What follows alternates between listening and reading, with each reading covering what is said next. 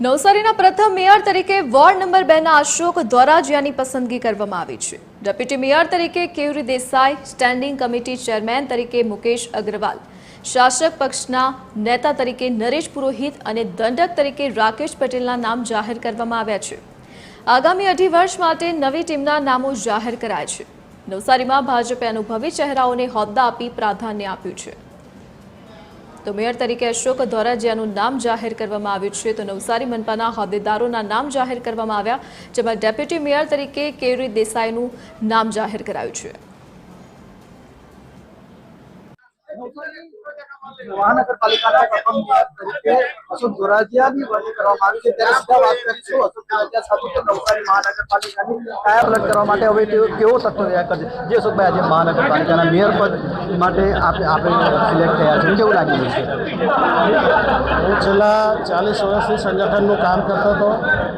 મારી ઉંમર પણ 60ની નજીક પહોંચી હતી ત્યારે પાર્ટીએ પણ મને કહ્યું કે ઈચ્છા હોય તો ચૂંટણી લડવી જોઈએ। મેં મારી ઈચ્છા દર્શાવી, પાર્ટીએ મને ચૂંટણી લડાવી અને આજે સર્વોચ્ચ નવસારી મહાનગરનું મેયર પદ અપાયું ત્યારે હું પહેલાં તો પાર્ટીનો આભાર માનું છું અને જે કંઈ નગરજનોની અપેક્ષા હશે તે અમે બધા સાથે મળીને, લોકોની પાસેથી સજેશનો લઈને અમે બધા કોર્પોરેટરો સાથે મળીને આ નગરપાલિકામાં જે કંઈ વિકાસ કરવાનો હશે અમે કરીશું।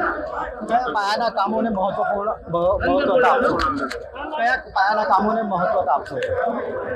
મુખ્યત્વે તો આપણે ત્યાં બધા રસ્તાઓ પહોળા થાય છે, રિંગ રોડનું કામ અધૂરું છે, બ્રિજના કામ અધૂરા છે, ક્યાંક ડ્રેનેજોના પ્રશ્ન છે, પાણીના પ્રશ્ન છે। આ મહત્વના જે જરૂરિયાતવાળા પ્રશ્નો છે એ અમે પ્રાયોરિટી આપીને પૂરા કરાવીશું। આ હતા અશોક ધોરાજીયા, જેઓ મહાનગરપાલિકાના પ્રથમ મેયર બન્યા છે। ત્યારે તેઓ નવસારીની કાયા પલટ માટે નવસારીના જે મહત્વપૂર્ણ જે કામો છે તેને પ્રાધાન્ય આપશે। હાલ તો 42 વર્ષના તેમના જે તેમની જે સેવા હતી તેના ફળ સ્વરૂપે આજે એમને મેયર પદનું જે મેયર પદ માટે જે સિલેક્ટ થયા છે તેને લઈને કાર્યકર્તાઓમાં પણ ખુશીનો માહોલ છે। પરિમલ મકવાણા, ટીવી 20 ગુજરાતી, નવસારી।